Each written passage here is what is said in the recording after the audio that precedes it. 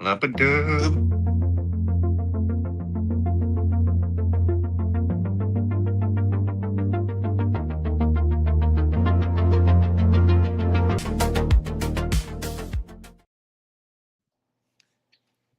Hi! Welcome, everybody. It is Monday. It's a little bit past 6. We had some audio or technical difficulties. In other words, I had to restart my phone. Um, That's but we are here, people. And he's this is another episode of Real Bites, episode 9. And yeah, people, you already know me. I'm Drew, and this guy is. I'm Joe Punches. Hi, how's it going? Hey people. Uh, yeah, people, it's not a big news heavy week. I tried to find some news. There really wasn't anything, I don't want to say worth talking about. There just wasn't anything at all. Yeah. I know the last 2 weeks were kind of the big news heavy weeks. This week is kind of it's like that day in school when it's like, hey, we're gonna watch a movie. Right. In this case, you're gonna watch two guys talk about watching movies. Yes. For us, it's gonna be an easy show. But Joe, how are you? Can't complain. Like I said, it's been as we discussed off air, it's been just a busy week adulting. Again, not a whole lot entertainment wise besides the usual uh flogging of news and not necessarily news about stuff that's going on in our movie universe when it comes to stuff and things and casting news and people agreeing and disagreeing and hating shit just to hate shit. But yeah, and just little ones in middle school now, so had dealing with that and just working stuff. So that's all it is. Yeah, again, that's kind of my life. It's just work and come home. Um, I mean, I can't really complain. I mean, I can complain about one thing that's work related, but that's, you know, Yeah. we're not talking about that. We're not talking. Yeah, I'm just, trying to enjoy life. I have family and friends to keep me whole, to keep me sane. Yeah. And I got all these movies to keep me whole and sane. Yeah, you've been busy, my friend. I've been seeing your posts. I was like, God damn, Drew. He's been seeing some Well, we got lots of content coming out, my friend. This week there's four movies coming out this week alone. Yep. October, forget about it. October, we're gonna have our hands full. Oh, we got a big one in September coming up. Oh yeah, A big September, November. I think December is where it's kind of like not necessarily died down, but there's only like 2 movies to talk about. Well, 3 movies to talk about in December. Yeah, it's doesn't sound like a lot, but I mean, I'm just gonna do a quick Resident Evil, Dune, Doomsday, Werewolf. What else am I forgetting? I think I have a list. Hold on. Keep talking. No, I'm just saying, like, man, it's so hard to sit there and say we're nearing the end of the fucking year. Holy shit! Let me look because I have a list of them, but they're on here, so I can't really access it while we're talking. But keep talking. No, I mean, we got Spirit Halloween open. Fall shit starting to come out. I mean, I've already collected because this year they're doing a special Jim Henson anniversary of the Halloween cereal. So I got them all. Chocula, Frankenberry, and who's the other one? Blueberry. Yeah, I got all 3 of them already. So, but yeah, I see the Halloween candy's already out. I haven't made a Spirit Halloween yet. I know that's getting some backlash about the fact that they're opening up early and they're already running out of shit. So, I mean, I always feel like they restock though. I always feel like even though if they open up early, like as time progresses, they will restock the stuff that because I think that happened last year when I walked into Spirit Halloween. I was like, oh man, you guys are out of this, and this, and they're like, oh, we'll get that, back in a couple weeks. It's just Oh that yeah, was they got to make their moolah. heck yeah. All right, so here are a list of movies coming out from today until the end of the year. Uh, Fuck off! I don't care. Go away. Go away. Shoo. Shoo. Yeah. Yeah. Go away. Okay. Stupid Chrome. August 28th, which is this week actually. Buddy, which was the Oh, horror movie about the kids TV show thing where they're all trapped in the TV show with them. Coyote versus Acme, which is getting rave reviews. The Dog Stars, which is the Ridley Scott movie with post-apocalypse. Sexy Frankenstein and Josh Brolin. Idiots.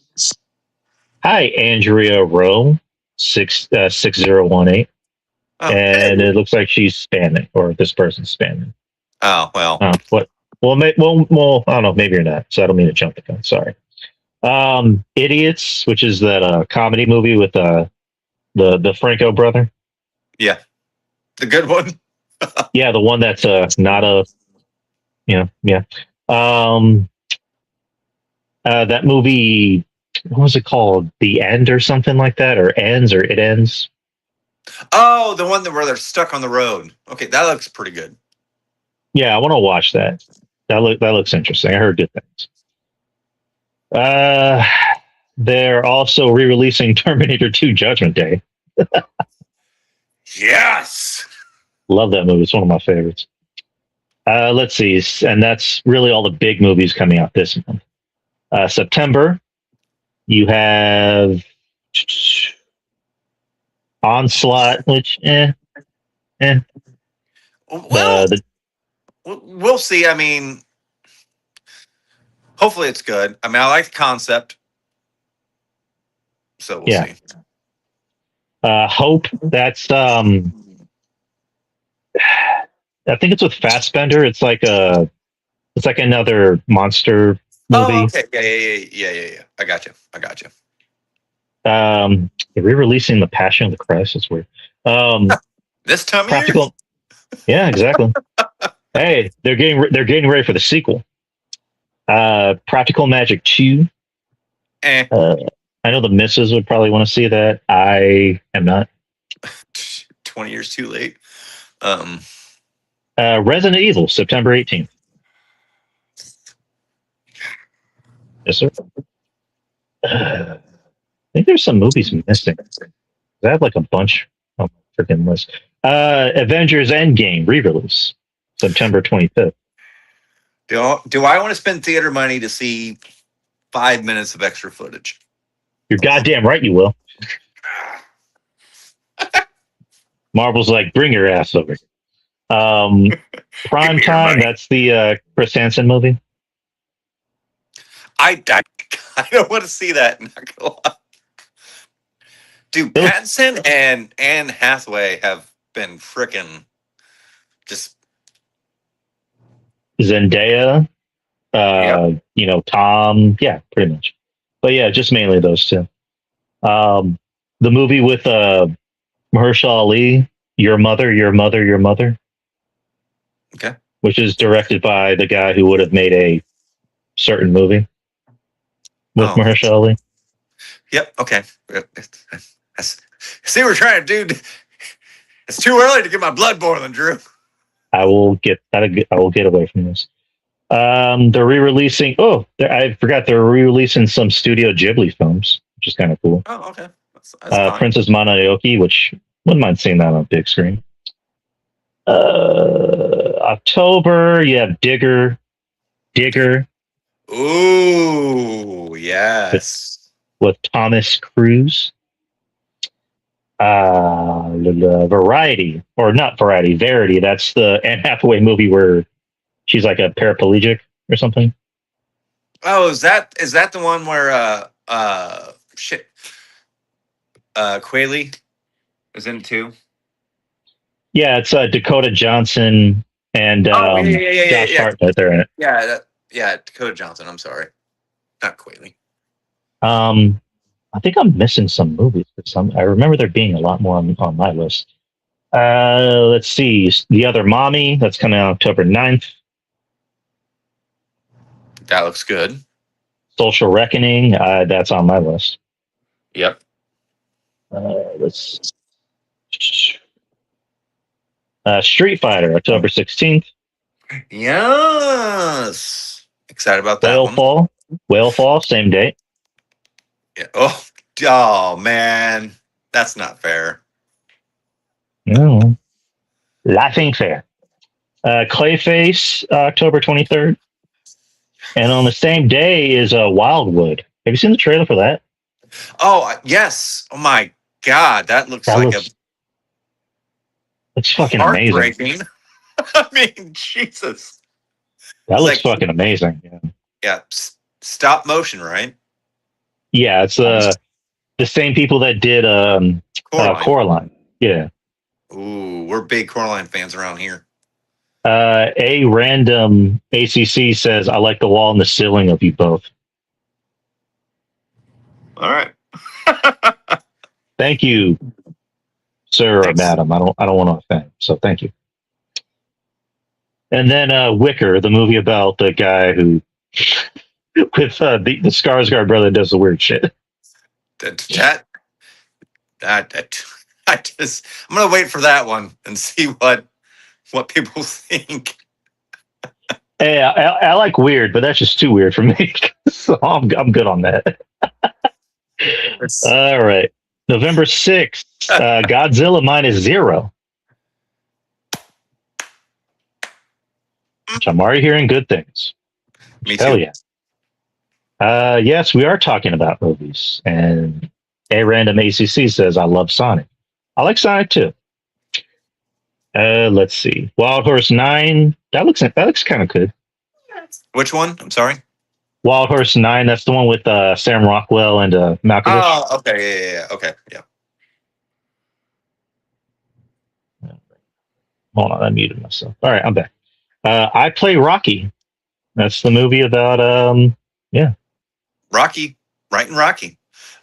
Which, it's so funny. When I first saw that trailer, I was just like, is this not to make fun of it, because after I rewatched it again and again, and I got more interested, but at first I was like, is this an SNL sketch? I was like, is this like a pun? Like, is this a real thing? But then I realized oh, this is a real movie and it's serious. And so I got more interested when I watched it 2 or 3 more times. But when I first saw the trailer, I was like, is this for real? I mean, it helps that they found someone that literally looks and sounds like Sylvester Stallone. But then he has nothing to do with this movie. That's well, I don't think Stallone has anything to do with Rocky going forward. Like, not even Creed. No, I just like, I want to write a movie. No, only I can be in it. I play Rocky. One thing is, I love the fact that who's playing his dad? Matt Dillon. He's like, you got a mouthful of rocks. It's good to see Matt Dillon and things. He's a good actor. He's always been a good actor. Speaking of an actor who's coming back in things, there's a movie called Ghost Soldier with Jim Caviezel.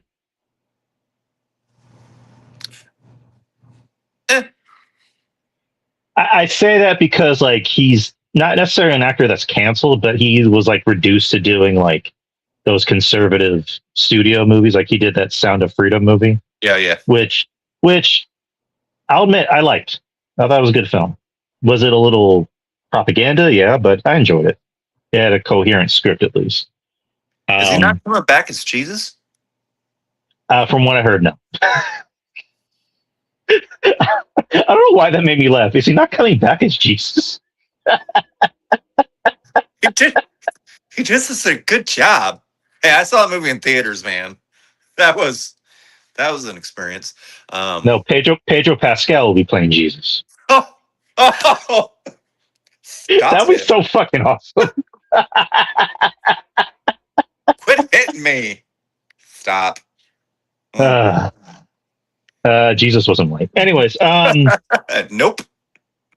let's see what we got next. We have the Ebenezer movie with Johnny Depp, another canceled actor. I am actually. I want to see this.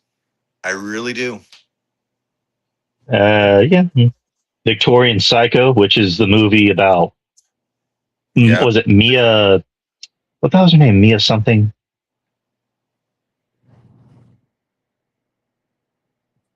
I forget her name, but like she's in a lot of horror stuff. Yeah. But yeah, it's basically the movie where she like, or like everything makes her horny. Sign me up. Which when I saw the trailer for that, I'm like, is this an actual movie? I'm like, I don't know why, but I want to see that. Like, I know I just said I didn't want to see the Wicker thing. Double feature. I mean, I'm a guy. I don't want to see guys. Whatever. What's up, Dusty Holly? But anywho, yeah, that looks interesting. Yep. For me, it looks interesting. What do we got? The Hunger Games: Sunrise on the Reaping. I'm not the biggest fan of Hunger Games, but I enjoy them. They're decent. They're decent films. I wouldn't say I'm like the way everyone else is. They're fine.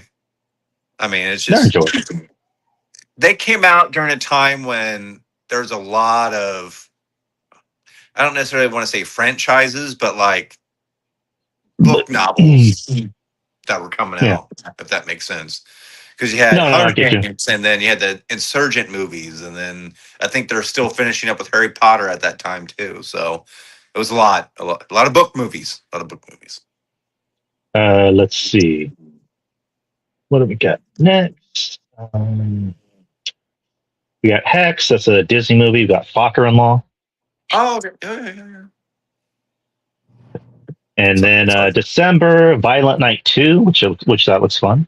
Yes. I like the first Violent Night. Me too. And then AEW superstar MJF is going to be in Violent Night 2. And Kristen Bell is Mrs. Claus. I'm okay with that.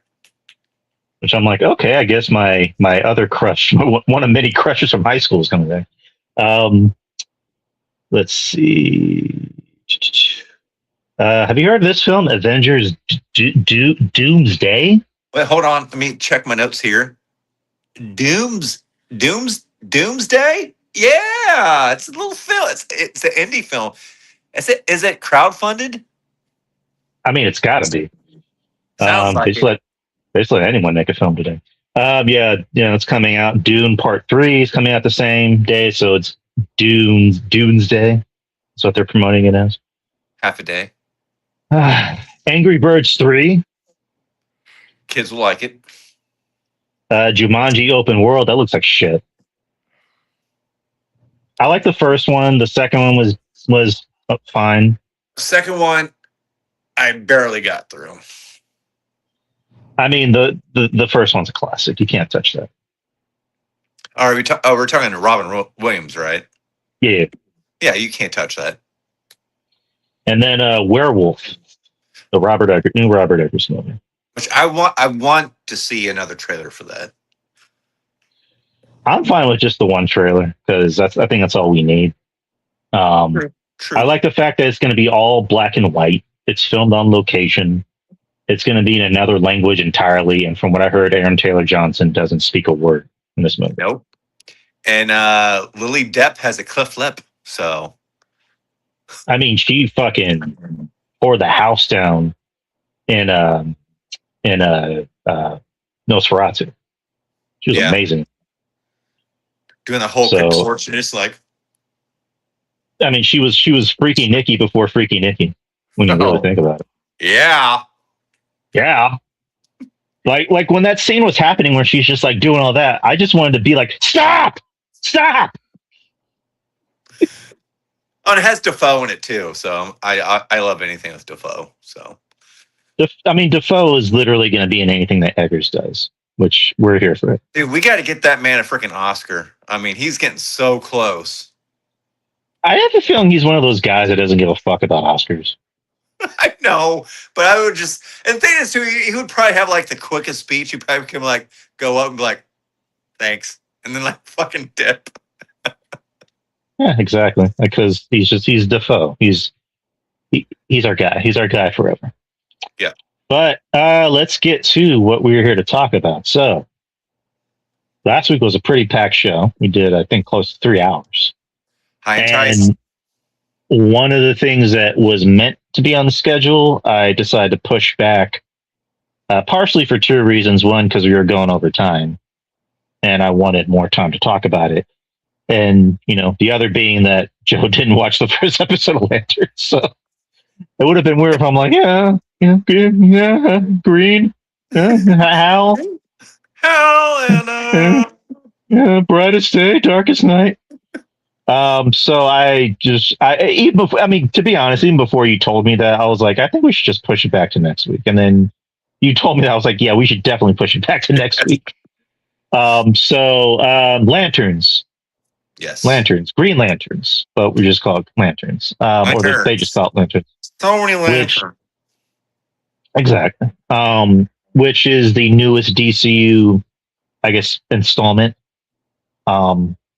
Which would make it like the fourth thing in the dude DCU. So there was Creature Commandos, Superman, Supergirl, and now you got Lanterns. Do we include Peacemaker? Okay, yeah, Peacemaker counts. Yeah. So that'd make it 5. So, I trust that you watched both episodes, right? Yes. Yes. So Lanterns, let me get a little. Actually, not Lanterns premiered. So the first 2 episodes are already in the can, yep. And we're here to talk about it. We're not gonna do what we usually do and just go like episode by episode, like we do with X-Men. We're going to try and do something a little different here since first 2 episodes came out. So, I'm digging it. If you can't already tell, I'm really liking the show. I'm not gonna sit here and pretend I'm the biggest Green Lantern expert. I'm really not. Yeah. I'm more partial to it. That's one thing I'm going to say is I'm probably liking this show a lot more than other people because I don't know dick about Green Lanterns or the backstory. I know the very faint overview of what the Green Lanterns are and Hal Jordan and this and that, but I don't know anything about a deep dive into it. I know it's getting a lot of, I say it's getting a lot of hate. It's just the fucking IWC, but it is what it is. But I like it. I know some people are giving it shit for being R-rated. I'm like, I don't know why that's a thing, but yeah, I'm liking it so far. It's a very I don't want to say it's like Batman Year One detective series, but it's doing that type of thing. Why are they here? What's going on? Let's trying to solve this type of thing. What's we'll get into it with what's Manhunters, what's so I really like the way the second episode ended. I really liked it. Give me more space shit. Which is weird because when you come to Marvel, I was like, I'm getting tired of some space shit. But yeah, I'm liking it. I like the adult themes. I like what Hal and John. I love their kind of, I don't want to say camaraderie, but they're their tension filled relationship. Let's put it that way. Because I know they're going to sit there and divulge that out as the series continues because John's chosen pretty much from an early age is what I'm assuming based on the first 2 episodes. But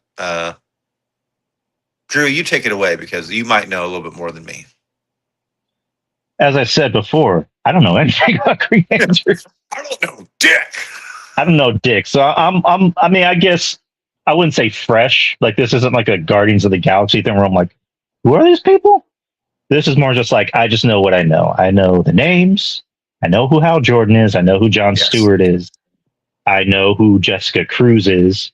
Kyle Rayner, Guy Gardner, and Sinestro.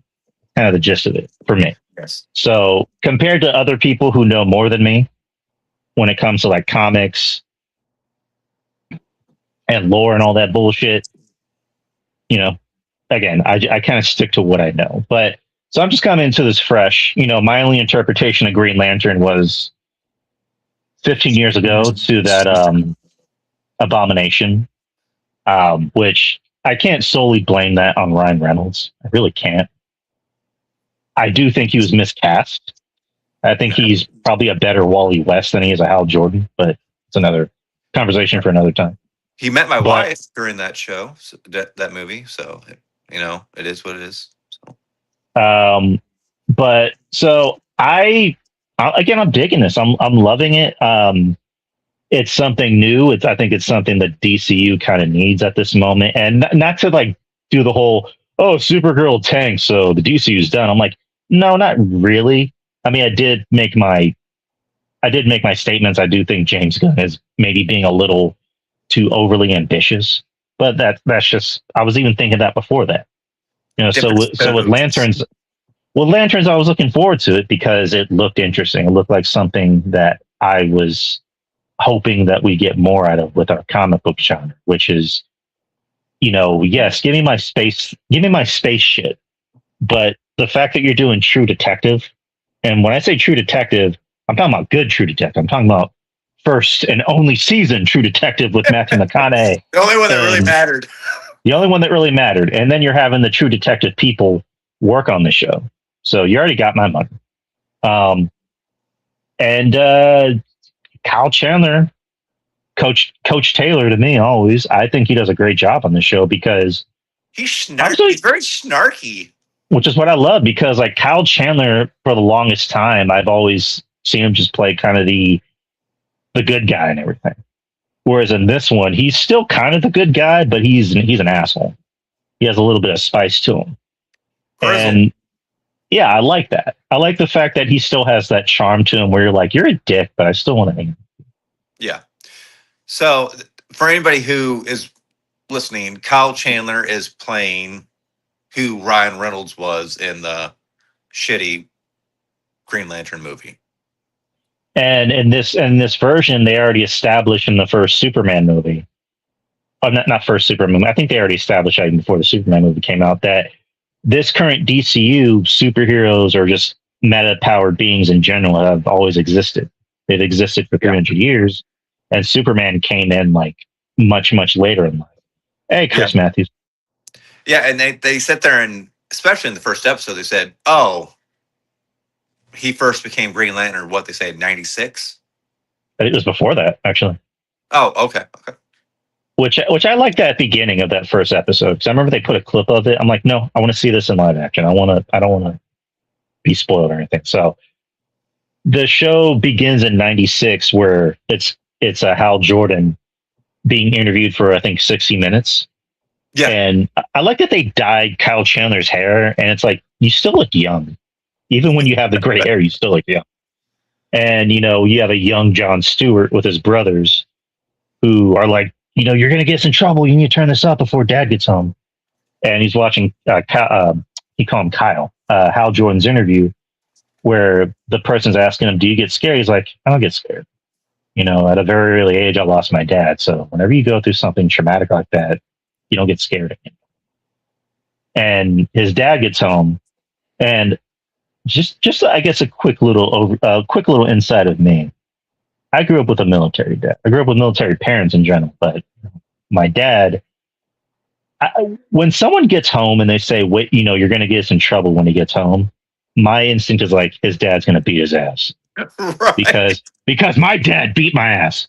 Actually, my dad didn't really beat my ass. He just smacked me around sometimes. I deserved it. You know, as shocking as it sounds, I kind of have a little bit of a smart mouth. No. Yeah, me. But so when his dad got home, I kind of got tense. I'm like, is he going to beat his ass? And he's like, so tell me his name. Or you want to tell me his name? He's like, Hal something. Let's go outside.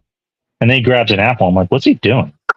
And then he like puts an apple on his head and like pulls out his gun. I'm like, what the fuck?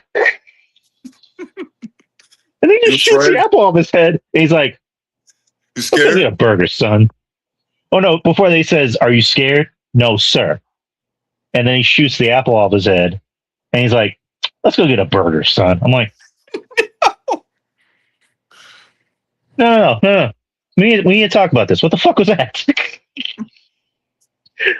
I'm like, I guess my childhood wasn't that bad because my dad never tried to shoot an apple off my head. Yeah, which given the opportunity, probably would. Hi, Dad. Love you.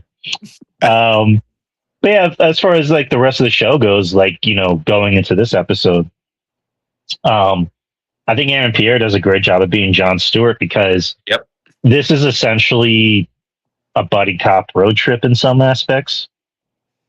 Because, you know,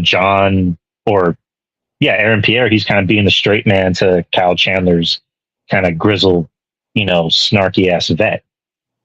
And he's asking all the questions because he's in training.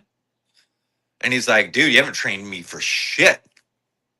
Yeah, and like it seems like he's taking it more seriously than Hal. Yep. Because Hal, and isn't that really a spoiler because they show it in the trailers where like Hal is basically looking for a way out. He wants out. You know, he's done with this thing. And they did show it in the trailer where like he's talking to Sinestro, where Sinestro is like, is he your substitute? He's like, no, he's my replacement. And, you know, spoilers at the end of episode 1, it cuts to 2026 where we're going to talk about that. Yeah. Where you find a dead Hal Jordan, you know, where it looks like he has a gunshot wound in his head and he's missing his ring. Which is kind of interesting because you don't see John with his ring on. Nope. And he's supposed to be in the new Superman movie. Futures can change.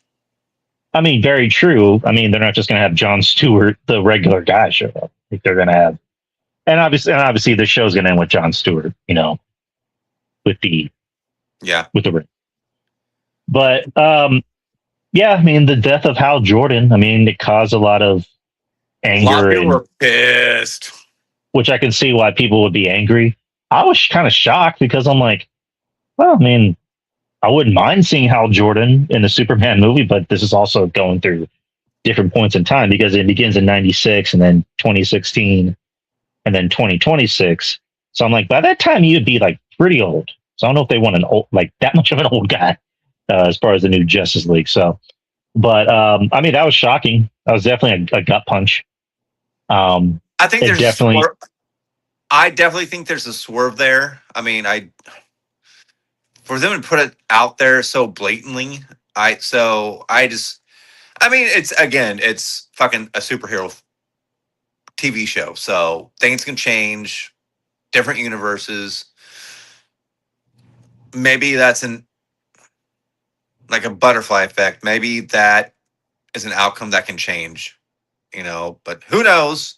I could be wrong and he'll still die at the end of the season. Who knows? I mean, they haven't even announced that there's going to be a second season of this show yet, so we'll just have to wait and see. Well, this is currently one of the highest rated, I think the highest rated DC show, like in history. Just going by the 2 episodes, and Damian Lindelof, I think that's his name, has already talked about ideas for a second season by bringing in other Lanterns. So, I mean, that'd be a cool idea. But you never know.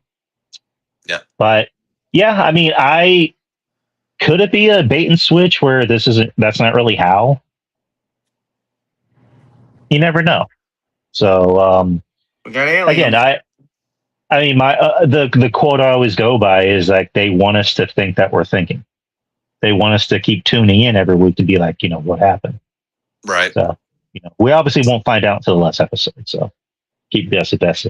On this episode, you got to see a little bit more action, you know, on both sides. You know, Hal sends John back to his home to get the lantern because his ring needed to be recharged. So dirty. Hal with this bird that like he was trying to manifest flying, but he ends up manifesting a live action bird right in front of him, which that kind of became a point of conversation where even Hal was like, "How'd you do that?" He was like, "I don't know." Right. Even And when he it didn't stayed have the with him the bird. entire thing. Yeah, even like I forget the character's name, the bald guy that he ran into, where he's like, "How are you doing that?" He's like, "I don't fucking know." Oh, one of the aliens. So they're both going on two different journeys. So John shows up at Hal's mansion, which only has a mattress, No. Looks so good. and he finds a lantern. He also finds the suit, where he's like, "Are you sure you don't want me to bring a suit?" He's like, "No, no, no, I don't want a suit. Like, fuck it, who cares?" So he opens I guess the box with the lanterns in, but it's in a pocket dimension. Which was nice. I was like, oh shit, that's cool. I mean, I like the fact that he put it in a pocket dimension. It wasn't just one of those stupid heroes. I like the fact that they didn't make Hal stupid. They made him smart and cunning and very charming and also a dick. But they didn't make him stupid because he's like, I'm not just going to leave a lantern in like a random ass box that anyone can get into. Like it's voice commanded and it's in a pocket dimension. So I thought that was kind of fucking cool. And then they, but side note from the first episode where John gets that message from a pre-recorded Hal from the ring. Yeah. And Hal's just like he knew immediately. He's like, what'd I say? And he's like, you said something about, oh shit, and I can't remember there's hail in Nebraska or something like that. Yes. Yeah. So yeah, I think and they might unfold a little bit more as the season progresses. I think Hal is purposely being coy and naive with John because he wants John. I think he wants John to get to where he needs to be, and that's all part of the training process. So I think Hal's being very smartly stupid, if that makes sense. No, I get what you mean. Yeah, kind of going back to or kind of going back and forth. So, like, the first episode ends with Hal interrogating that guy, which I've seen that actor in something. I just can't place my finger on it. Okay, there. He's in something else I saw. I can't really pinpoint it. And he's interviewing him. He's asking him like routine questions, and then he's like, have you seen where does Harry Potter go to school? And he's like, what? Harry Potter. They made like 20 movies. And then, that guy reveals that he is an alien. Obviously, he doesn't say what alien he is or what he's there for, but then he says, I'm here for vengeance. And it also kind of reveals, without really revealing it, that there's dissension between Hal and the Guardians. Because anytime anyone brings up the Guardians or, the Green Lantern Corps, it seems like Hal's getting defensive about it because the alien brings up the oath. He's like, stop it. And then when he's about to explode, that's when Hal, does the thing with the ring. Going back to this episode, John gets the lantern. He also feeds, was it Ernest or something like that? What's his name? Earl, which is basically a plant. It's just like a monster plant. And, he basically feeds him beef. And, John's a vegan in this interpretation. Yep. So he's about to leave, and then he gets kidnapped by, and again, not the biggest Green Lantern, historian. So like, I forgot what they were called, but I know it was like the Orange Lanterns, right? I don't know, Chris. You're the comic guy. Who are those people? Anyone in the chat, please correct. Well, they were the aliens that related to the aliens that were killed off in the first episode. Okay, that's what I got. And then that's when they bring up Manhunters because the guy who, again, good actor, I'm blanking on his name, who's like, I'm not here to kill you. I'm sorry I kidnapped you, but I'm more here to recruit you because Manhunters are what killed our race. They caused the Holocaust. So let me just give you a small taste of what happened. And then they put that thing to his ear, and then you see John like freaking convulsing, and his eyes are rolling back in his head. I'm like, Jesus Christ, that hurts just looking at it. And he's like, hey, just when you find the Manhunter, let us know. so that way we can go get him. If not, we're basically just going to show up and blow ourselves up, and we don't want to kill anyone. We don't want to kill any people. Basically, going to destroy Rushville if John doesn't get his shit done. Exactly. Then he cuts to Hal, who Hal is kidnapping bodies from the morgue. What? Because Jesus Christ.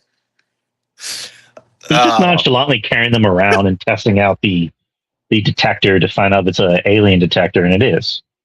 Yep. And then he goes back to Macon, Waylon Macon, who's basically king shit. He's like the big, billionaire guy who's working with somebody that he can't talk about, due to an NDA.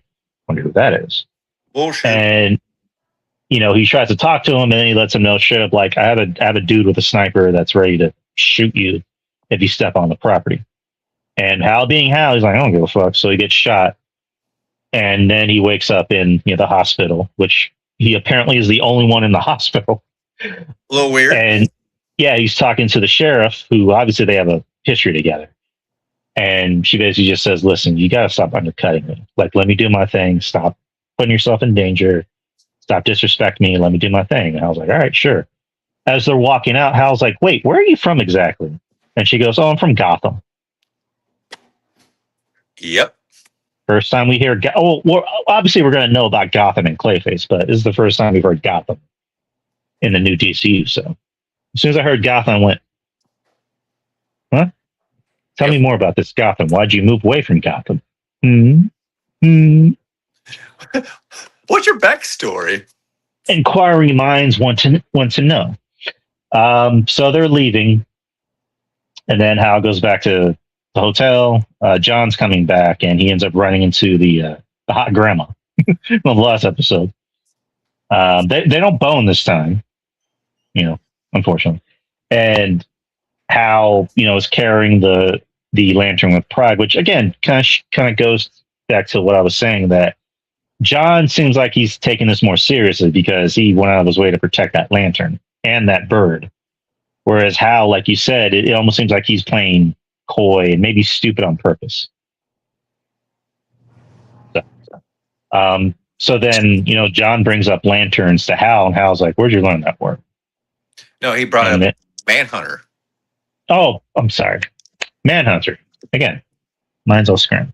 Brings up Manhunters to Hal, and Hal's like, where'd you learn that word? And of course, doesn't want to tell him. He even tells him, like, that's a little bit above your pay grade.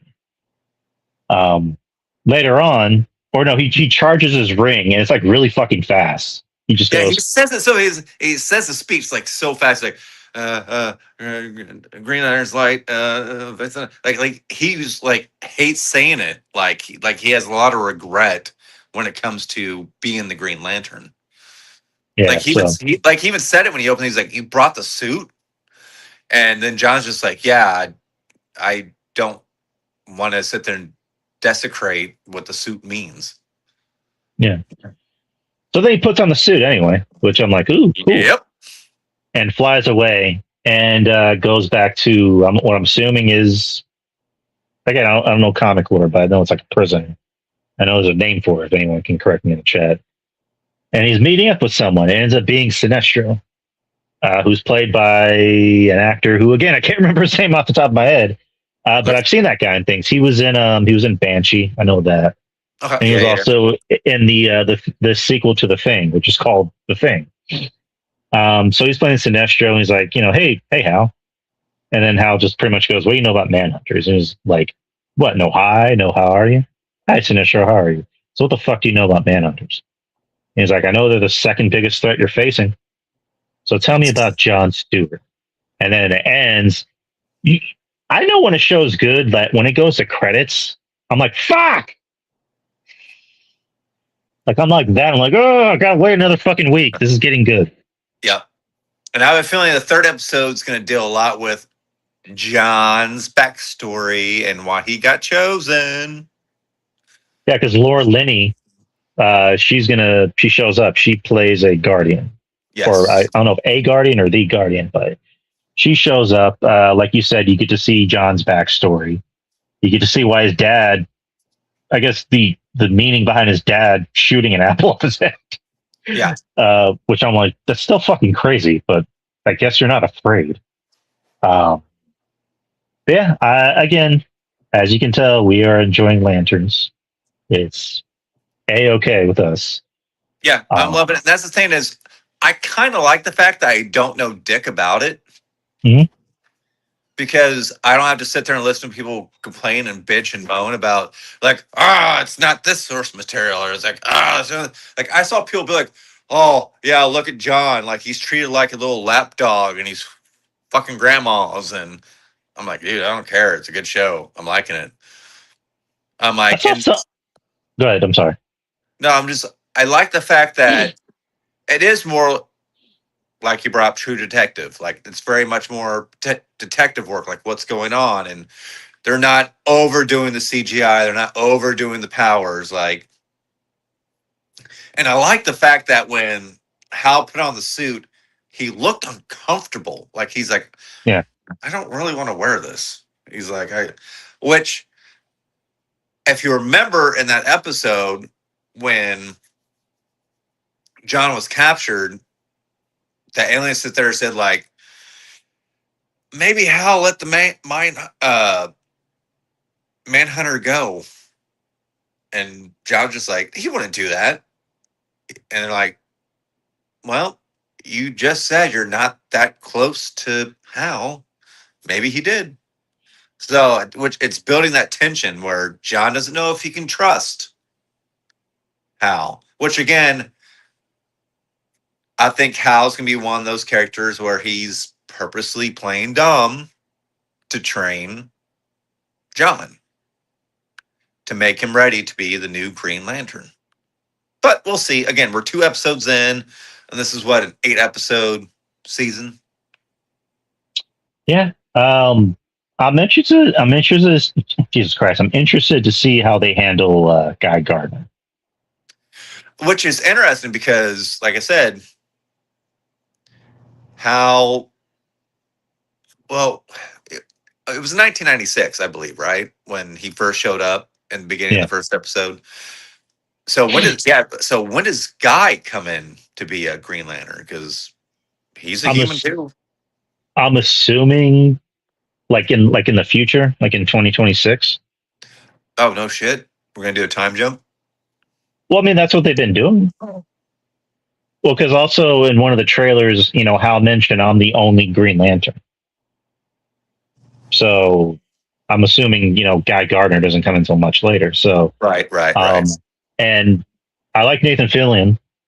In anything, I'm a Nathan Fillion fan. So I liked him as Superman, and he was funny for that one bit in Peacemaker. So seeing him show up in a more serious, tone show, while at the same time, I still have some comedy because Kyle Chandler brings a little bit of that charm and that wit to the role, but he's more sarcastic if anything. Um, I'm still interested to see how they're going to handle it. Yeah. That kind of character in this show, even though again it's a Lantern show. Guy Gardner is a Green Lantern, so let's see how that works out. But Do you already have your guess on who the Manhunter is, or do you want to save that for later I on? mean, I mean, Macon I want. obviously is a huge what a lot of people are guessing. I mean, I'll just say it like this, but I'm going to wait until we get more information from the show. Right. I only really know about one Manhunter. So, like, if there's other Manhunters and other comics, please let me know in the comments. But like I said, I only know one Manhunter. And I think I'm almost positive I heard there was an actor cast on the show that people were like, oh, is he Marsh or is he so and so? Okay, that was the question I wanted to bring up too. So, Martian Manhunter is he's part of that lineage? Is he a Manhunter as well, or is Well, I Martian mean, Manhunter? I don't know. Again, I don't I'm know this not shit either. I'm not familiar with Manhunter lore. Like I just know about Martian Manhunter. I know about John Johns. That's why I want to know is like, is Martian Manhunter a manhunter? I don't know, maybe he broke away and wanted to do his own thing, because I know, like in Marvel, there's the Nova Corps. Chris Matthews is saying Martian Manhunter is not associated with the Manhunters. Okay. That's why I wanted to know. Okay. Okay, Chris Matthews would say he Thank you, also Chris. thinks Zoe Macon is the Manhunter. Zoe.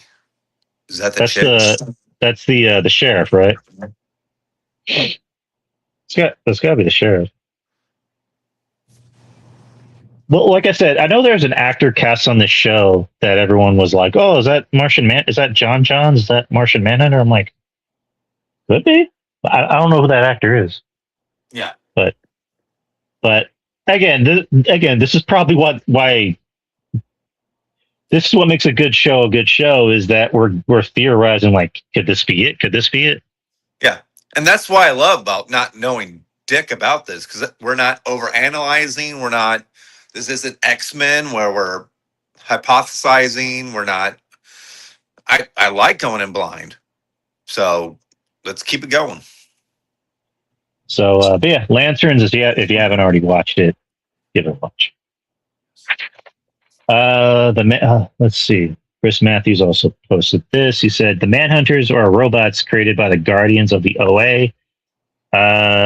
They said the Green Lantern Corps. They preceded the Green Lantern Corps. Oh, so they were pretty much AI robots before the Green Lanterns came in. Sounds like it. Interesting. You learn new things every day. Yep. Zoe Macon is Macon's wife. Oh, yep. All right. The grandma. I love this show so far. We love it too, Chris, as you can already tell. Let's move on to other things, which is, have you been keeping up with Reacher? I have yet to dive into the new season. It's one of those things where I know it's there. I like the past seasons. I've just haven't delved into it yet. You're missing some good stuff, my friend. Is it as good as last season, friend? It's probably better than last season. Oh. Okay. Reacher, again, people call it Batman without the utility belt and the money. It also helps that Alan Richardson has been pretty much putting himself out there, like, I want to be Batman. Let me be the DCU Batman. Which new rumors dropped this week, so we'll see. That kind of creates a problem, and it's maybe like a superficial problem of, like, he's such a big motherfucker. And the thing is, he'd make a great Batman. I don't know if he'd make a great Bruce Wayne. Well, that'd be the problem, is that he's so big, and the whole point of being Batman is that nobody's supposed to know who you are. And so if they see Alan Richardson walking around as Bruce Wayne, it's like, wait a minute. Are you Batman? No. I don't know too many other 6'5" dudes walking around like a shit brick house. Literally nobody in Gotham is your size except for Batman. You got to be Batman. So, right. And I like Alan Richardson. I also think they might want to go younger and not go with the most obvious choice. Right. So, which, again, I always say fresh faces. We need fresh faces. And Alan Richardson, love him, but he's also starting to, borderline that point of, like, I'm seeing him in everything. So I agree. But yeah, Reacher's awesome. I'm glad he has his own thing with Reacher. This season, I'm very much enjoying. It kind of put him in that new territory. Not that new territory, but it puts him in that environment of all Reacher needs is these. He just needs his fists. When in season 2, when they gave Reacher weapons, I was like, he's already a walking weapon. Yep. It's like when Scott Steiner walked around with a tiger. It's like, why do you need a tiger? You're already a big motherfucker as it is. You can kill people. So this season, Reacher's in Philly, and then he stumbles upon a crime. I won't give away too much because I know you haven't seen it. He stumbles upon a crime. He's basically trying to help someone, but then something happens, and he's basically, like all these Reacher shows work, trouble always seems to find him. And I dig it. I think it's great. The most recent episode had a plot twist that I should have seen coming, but the way they set it up, again, like with Lanterns, I went and then they went to credits. I'm like, we gotta wait. Wait till Wednesday. Gotta wait till Wednesday morning at 2 a.m. when they drop these motherfuckers. And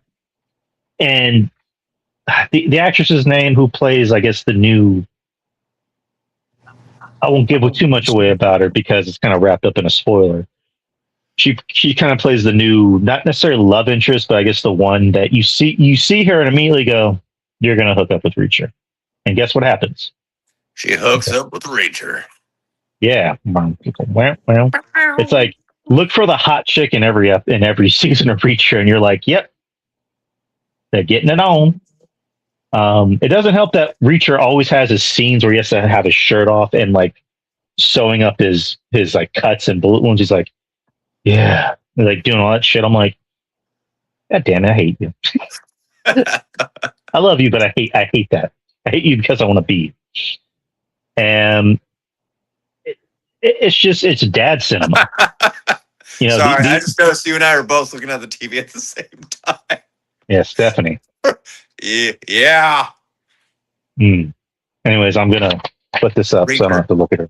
I'm gonna put this up so it can block my vision. But Reacher, people, watch it. It's awesome. It's every season is worth watching. It's dad cinema. It's the show of the week. It's the episode of the week. It's great action. Al Richardson was born to play this role, not 5'6" Tom Cruise fighting 6 guys at once, because that's how shit works. But that big bulking Reacher, who this is all he needs, and they've already announced a season 5. Oh wow! So, okay.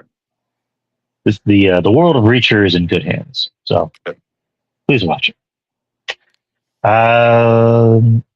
Let's see. I finished Batman: The Cape Crusader season 2. How was it? It was very good. I really enjoyed the first season. This season, maybe not as much. It was a little slow. It took a while to kind of get to the point, and once it did, it was very satisfying. This series it pays homage to the '90s animated series, but it's not doing the X-Men '97 thing where it's like this is a direct sequel from that. It's like, no, this is its own thing, while still paying homage to the '90s, to that '90s era, because they did bring back the original writers and animators. I know Bruce Timm is a part of this one. It's on Prime because Warner Brothers is fucking weird. But it's on Prime. Was it Hamish Linklater? That's his name. He plays Bruce Wayne Batman. And every character on this show is a completely new version of the characters that we've seen in past iterations. So I like the fact that they type into the psychotic version of Bruce Wayne instead of just like, I'm Bruce Wayne, I'm charming millionaire, and I'm also cool. I'm also Batman. I'm cool. Like, there's one episode in season 1 where he just scares the shit out. He just treats Alfred like shit. Like there's like he's coming out of a doctor's office, and he's just like, "Hey guys, it was awesome seeing you." And then he turns to Alfred, "Drive." Like he scares the shit out of Alfred. Like there's one episode where it shows the backstory of his parents getting killed again. Instead, they don't just make Bruce a scared little kid. They make him the one who wants to scare other kids. Oh wow! Like Alfred's in his bed, and Bruce just shows up like at the foot of his bed, and Alfred's like, "What's wrong, Master Wayne? I'm gonna kill all of them. They're all gonna die." And I'm like, Alfred, you better jump on that because that's gonna be a problem. Damn. So, and eventually that changes because something happens to Alfred, and Bruce is like, maybe I should stop being a piece of shit. Pretty much, this guy's always raised me. He's pretty much been my dad. So I gotta look out for the person that was. Right. And everybody else is different. Harley Quinn's different. She's not the one doting on the Joker. As a matter of fact, she'd be the one to make Joker her bitch. Oh wow. Um, and then they make her Asian, which again everybody's going to be like, ooh. It's like, so you want every interpretation of Harley Quinn to be like Mr. J? Like, no, these characters need to evolve. And this interpretation I thought was a badass. So I like that. Um, and again, for that certain red pill audience, she's in a relationship with Renee Montoya, a woman. Oh my god. Never heard that before. So yeah. And then they make Commissioner Gordon black, just like they made him black in the Batman. So people are going to get mad. Nothing different. And then they made the Penguin a woman who's thick as hell, which I'm like, okay, Mrs. Cobblepot. And let's see, the Joker they added a new twist on, which I thought was interesting. So instead of just making him another version of Mark Hamill, they made him German, and he wasn't laughing. Like he was more just talking to Batman. He's like, "Yes, Batman, brother, we need to turn Gotham into. We need to expose the world to what Gotham really is, brother." Wow. Like he's just very monotone and creepy. I was like, I'm digging this. I'm digging this new version of Joker. Hmm. And he doesn't laugh. He maybe laughs at the end, but like Batman, kind of chuckles, or he's like, ha, ha, ha, "You're the joke's on you." And there's different interpretations. Everybody's a different interpretation of Riddler, where he's less of a nerd and more of a mob boss. Which I'm like, okay, that's new. Interesting. And they bring in, what's her name? The Robin, but it's the girl. It's a little girl Robin with the glasses. Forget her name.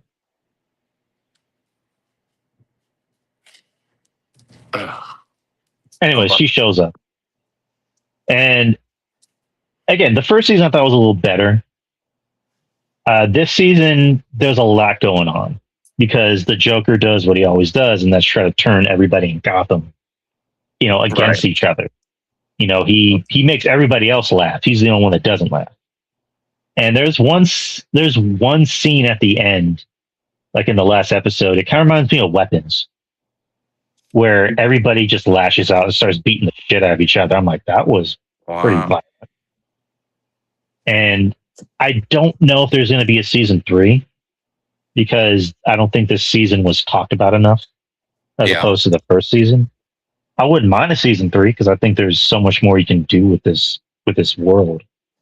But we'll see. So that is my Batman Crusader season goals. Also, season 15 of King of the Hill. I'm a Texan, so King of the Hill resonates with me. Right. They keep the formula on what made the original series work. They don't try to make it woke. Basically, it's Hank Hill living in a world that he doesn't recognize, and he's still going to be Hank Hill. He's going to be stubborn about it, but he's still trying to acclimate to it while allowing other people to acclimate to him. So that's kind of the short gist of it. But those are the TV shows I've been watching. Do you want to do what you've been watching, or what do you want to do? Oh yeah, I mean, I haven't. Besides catching up with Lanterns, I did watch 2 movies. I didn't get a chance to go to the theaters this week, unfortunately. Which you'll make up for that when we get to what you've been watching, because I know you've been a busy fella. But I did watch 2 movies. I watched Mother Mary, which was Anne Hathaway kind of Taylor Swift, psychedelic, trippy, Suspiria mixed in with some Black Swan. I wish I would have done mushrooms while watching this movie type of thing. But Anne Hathaway is fucking great in this movie. Yeah. I mean, basically, have you seen it, Mother Mary? No, I know what you're talking about. I just haven't seen it. Yeah. Basically, she's doing a new music tour. She gets a new song that she's coming out with, and she needs the perfect dress. She's not getting it with who she's with. So she goes to an old friend slash flame. I mean, I don't want to spoil too much because I do want people to watch this because there's this movie has a lot of layer. This if you want an A24 movie, this is an A24 movie. I mean, there's a lot of visuals, a lot of really great cinematography, a lot of interpretations of what you watch is you're gonna have to take it for what you see. And not really the biggest fan of that sometimes. And towards the end, I really wasn't the big fan of that um, with this, but I will say visually, it's stunning. There's a particular scene where, um, because like I said, she's trying to reconcile a friendship with her um, old seamstress, which was a best friend slash.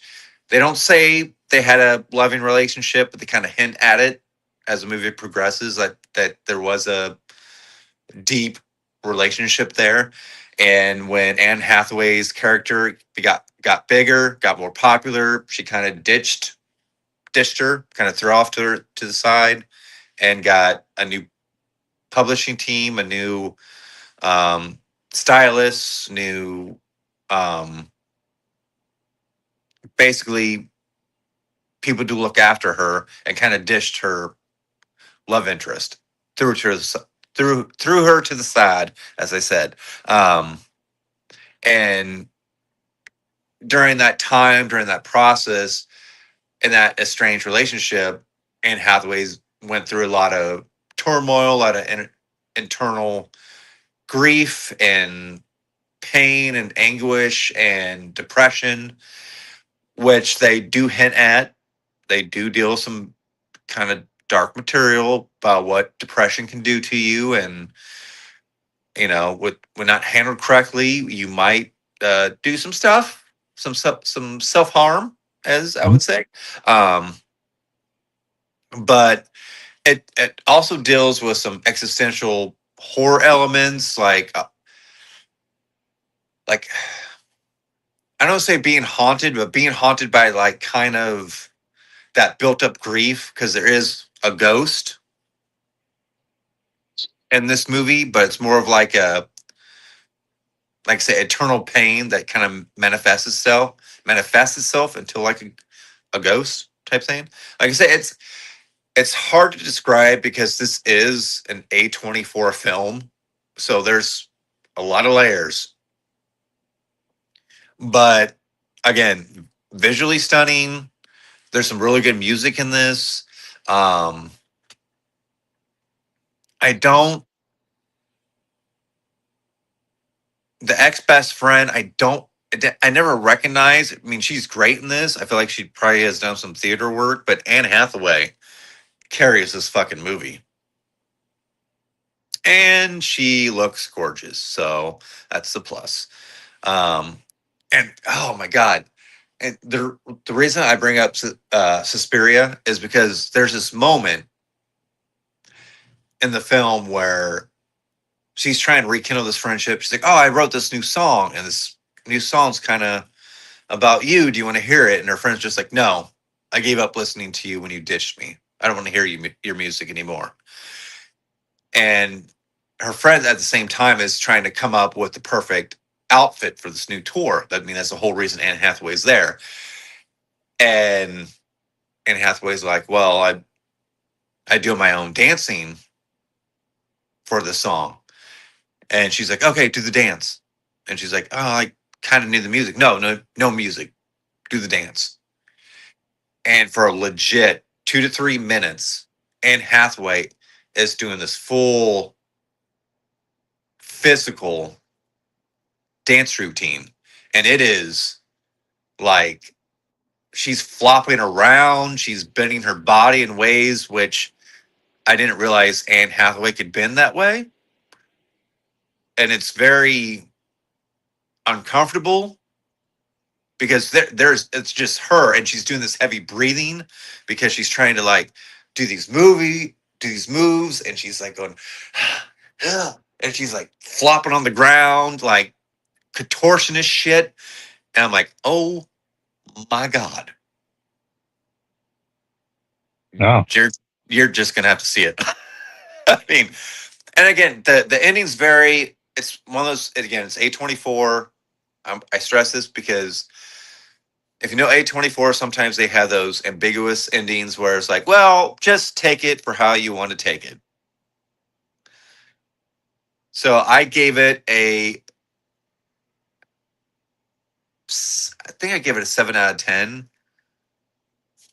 Like, because most of it takes place in um, the best, the ex best friends, like um,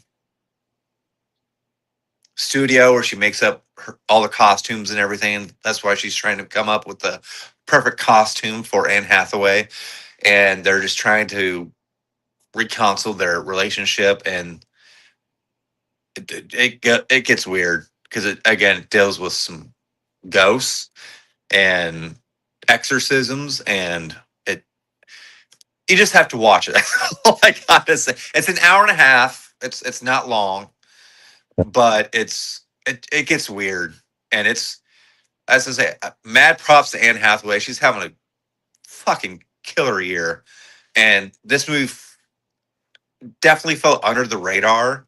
Like, I don't think it got a lot of love in the theaters. Like, it probably underperformed, but I would say definitely check it out. It's on HBO Max, and I would love to hear your thoughts on it because it is weird. It's fucked up, but it's Anne Hathaway, and they're saying this. That's all I'm going to say. well, shit. That's all you had to tell me, man. Have you seen Love and Other Drugs? That's all I got to say. But okay, so I watched that, and I got around because I wanted to watch this. There was a lot of hype around it. Got really good reviews.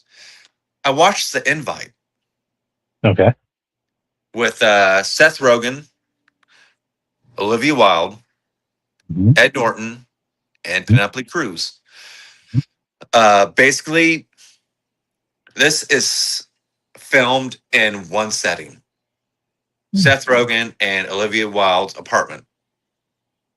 They're there the entire fucking time. And it's basically Olivia Wilde invites over their new neighbors, or newish neighbors, which is Ed Norton and Penelope Cruz.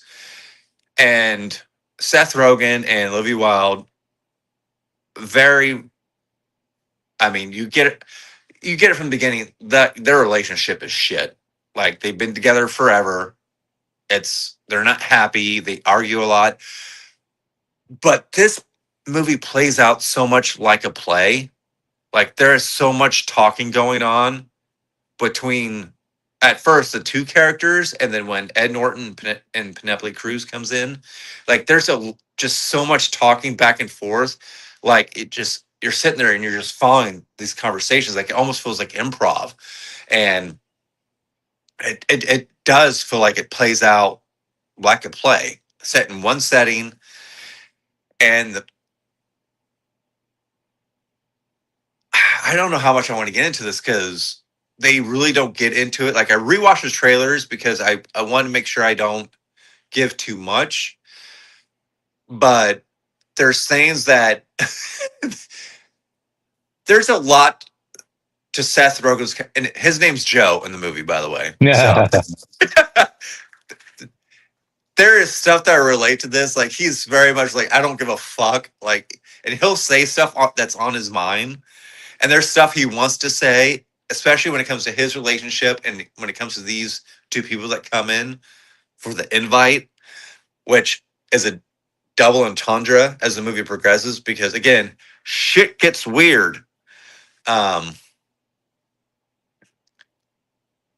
I'm gonna say this, I don't think it's a big enough spoiler, but Seth Rogen has a real big problem with Ed Norton and Penelope Cruz, is because they're neighbors, and they're constantly having loud sex. And it's pissing him off because it's all night. And the thing is, oh my God, like the the back and forth convos in this is like, it's so fucking like it is. It's really fucking funny. It's awkward because there's like him and Olivia Wilde are going back and forth about the fact that they can hear Penelope Cruz orgasm, like the best orgasm ever, every night, and it's pissing Seth Rogen off so much. Is just like nobody fucks that much. That's nobody does that. He's like, what's going on up there? And as Edward Norton and Penelope Cruz comes over and stuff is divulged, again, shit gets weird. I'm gonna leave it just as that. Like, I don't want to give it away because I, Drew, you gotta watch this. There's so much good dialogue in this. I've been wanting to watch it. Like it was actually on my list because it looked interesting. And that's it. The thing is, again, the set very minimalistic.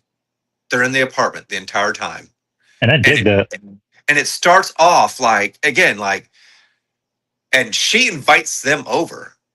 Like that's something she's wanting to do. Like, you know, they're neighbors. They seem so nice, and Seth Rogen's just like, and he's talking about Edward Norton. He's like, yeah, she's nice, but he's a weird motherfucker. He's like, he always wants eye contact. He always wants to talk about shit. He's like, that's fucking weird. He's like, that sounds like something exactly how I would say. Yeah, and the thing is, there's so much good back and forth. Like again, the dialogue is so on point, especially with people that are in a struggling relationship. Because it's so fucking funny. He walks in and she's like setting this house up, setting the apartment up to look nice. He's like, "Did you buy a fucking rug to impress the neighbors?" And she's like, "Yeah." He's like, "That looks like an expensive fucking rug." She's like, it was okay." He's like, "Is that a charcuterie board?" He's like, "I'm fucking starving." He's like, "I'm fucking starving." She's like, "Don't touch it." She's like, "I made that." She's like, it took me all day. And he's like, "I'm fucking hungry. I just want a fucking pickle. Can I have a fucking pickle?" I can hear that in Seth's voice exactly. Oh yeah, yeah. But I like this movie so freaking much. It ended the way I thought it was going to end. I do not want to call this a rom-com because it's not. It's very much a drama with some very key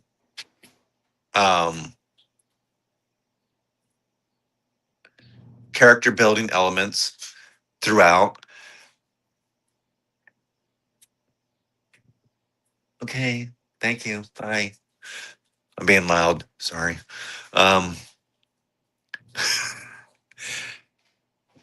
Dude, things I want to say about this film, I can't. You have to watch it because it gets. Cool. They talk about some very hard R stuff. So where's it on? Where'd you watch it? I rented it off of Apple TV. Okay. Yeah. So I will watch it using some not legal means then. Yeah, but it's again those four characters in the apartment. You have me. There's this part between Penelope Cruz and Seth Rogen. I was like, that would be you got me. my money. You got my money. You need to watch it and just let me know what you think because it's again. I will say dialogue is some of the best because it is, especially when all four of them get talking back and forth, like they're talking over each other, but it's done in such a good fucking way. Again, like it feels like a play, like because it's just like back and forth, back and forth, back and forth. And Penelope Cruz is telling Edward Norton to shut the fuck up, and Seth Rogen is going just like fuck y'all, and it's just like back and forth, back and forth, back and forth. Like it's just give and take, and it's just like it's so fucking good. And the fact it's directed by Olivia Wilde, because I'm not the biggest fan of her. I think she's kind of a douche sometimes. Um, but they're all so good. Yeah. They're good. 4 characters, 4 people, 1 space. So good. I gave that a 9 out of 10. That's high praise. All right. And that's all I watched. Now, you go ahead, because I know you've seen some shit. I might just watch that after we get off here. Because now you sold me. You've got to. And then please message me back, because, God, it's so good. So I watched 2 movies last week. 2 movies that premiered. Well, one technically premiered an unlimited release, but got a huge theatrical release. Which I'm jealous because I couldn't see it here. Last week, and then last week was a movie that was already going to premiere. So the first one I watched was Insidious Into the Further, which is the 6th Insidious movie. I like the first Insidious. It's one of my favorite horror movies to watch. The second one's all right, even though I do see kind of some of the flaws in it. Third one's okay. Fourth one I liked up until maybe the second act, which is when it just did this. And then the Red Door, I'm just like, man. Red Door sucked ass.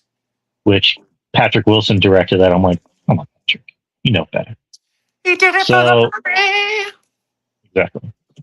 And then when I saw the trailer for this one, I went, And then I heard good word of mouth that apparently this had the highest rating on Rotten Tomatoes for any of the movies, for any of the Insidious movies. So I'm like, I guess we're checking this out then.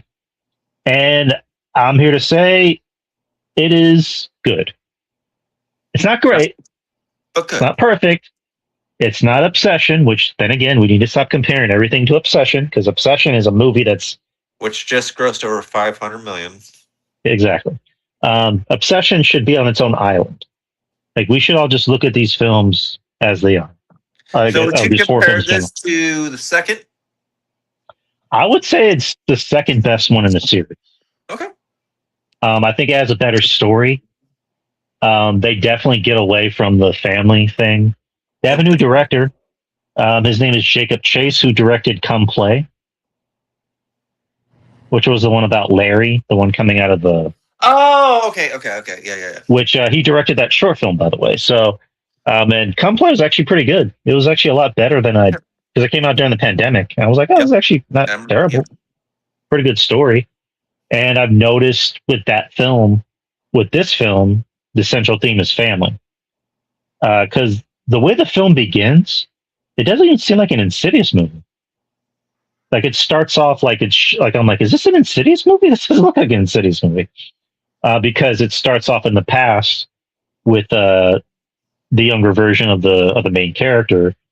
And I like how this film's shot. I think this might be the best shot, the best cinematography in an Insidious film, because it looks entirely different. The first half of the... Always great if they can sit there and do something with something that's been done, but do it differently. I mean, that's always a plus. Right, because look at what they do with Final Destination.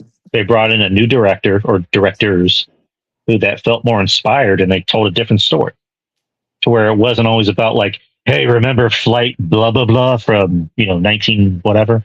Like, they did something different. And this one, they did something different. Obviously they brought back Lynn Shay, but they stayed completely away from the family. They still talked about the further, but this had a new cast, a new family, had fresh faces. And I thought the actors were good. I thought the main character, who I believe her name is Alice Eve, she was in Haunting on Blood Manor. And that's one thing I recognize her from. And she was good because she's pretty much in 98% of the movie. Like, there's never a point where you don't see her. And she's good. She's likable. The actress who plays her daughter, she was good too, because she wasn't annoying. She wasn't doing the annoying kid stuff. Like, they actually seem like a mother and daughter. Well, I guess today, where they just came off more as like best friends. Right.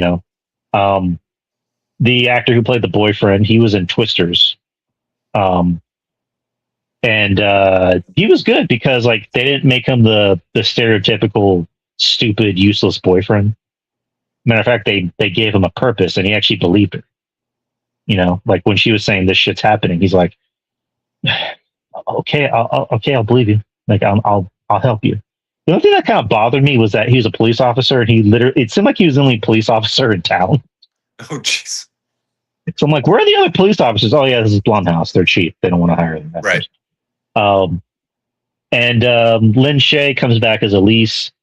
And to be honest, she didn't really serve a purpose in this movie other than to just hold up a lantern and, guide the main character and the further. She didn't really have much to do. I don't blame that on her. I blame on that she's, she literally had shit to do in this film. And just some good moments of tension in the beginning because like there was next to no music playing at certain points in the movie, and I dug that. I like the fact that they just let certain scares, kind of play out on their own instead of doing the whole. Okay, good. Like they didn't do that shit. There's a good scene in I call it a couch fortress. Oh, I where saw the trailer. Obviously someone saw the back. Well, granted, this film before the back rooms, but if you saw the back rooms, like this was claustrophobia to the T. Oh wow! It was very well directed, very well done, and it was probably the easiest thing to do, and they were able to pull it off. Good. And another scene involving the dentist, and I'll just leave it at that. Which I have a friend who actually is a dentist, and she saw that movie. She's like, as a dentist, that offended me. I'm just asking her all these questions, and she's like, I had so many questions, I don't even know how to answer. And just they had that claustrophobia scene with that couch fortress, and then they had a gross scene with the dentist. Oh, like they knew how to get us. Right. So basically, if you're eating food before or during the movie, you'd be like, So that's all I'm going to say with that. Nice. The movie isn't perfect because they do bring in that schlockiness of Blumhouse and Insidious, where it's like, oh, like look at me, I'm smiling all the time and I'm scary. It's like, okay. The makeup I did think looked a lot better in this one. The movie at the end, like the big climax, it does get a little goofy. And it does have that very quintessential, and we're all happy, and we're all going to be happily ever after, even though some crazy shit happened that we all have to explain later on, but we're happy. Right, aren't you happy? Yay. And then there's a dog in the film, but the dog's fine. Good. The dog actually makes it out. Like as soon as the door opens, the dog's like, I'm out of here. And then there's a scene involving a fingernail being torn off, which I fucking hate. Fuck you, Insidious. You get an F for that. I'm playing. But I would say I gave this a C. I gave this a solid C. It's stupid, dumb fun. And and Joe blacked out. I'm pretty sure he just got a phone call. But yeah, it's C. It's watchable. It's stupid, dumb fun. It's something you can maybe throw on during Halloween. And it's kind of an easy, watch. And Joe's gone because he's scared of the further. I think there's another Insidious movie coming out. I think it's a spinoff called where it doesn't really have anything to do with the further. I think it's going to be called The Tethered or something like that. That's literally the last thing I heard about that, which they're going to be doing more of these Insidious films because this one made money. All of them made money, but I think this had the highest opening for any Insidious film. So there's gonna be more. And Joe's back. I'm back. I love spam calls. They're the best. Me too. Are you sure you didn't get scared of the further? I was dragged in. Tiptoe through the But I was saying, again, this movie's stupid, dumb fun. It's easy to get through. I think it's only an hour and a half. It's a popcorn.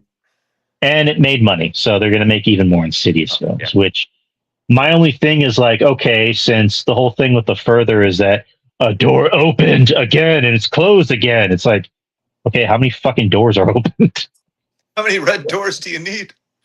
It's like, God damn it, paint that goddamn door and let this shit be done with. But that's Insidious. Out of the further.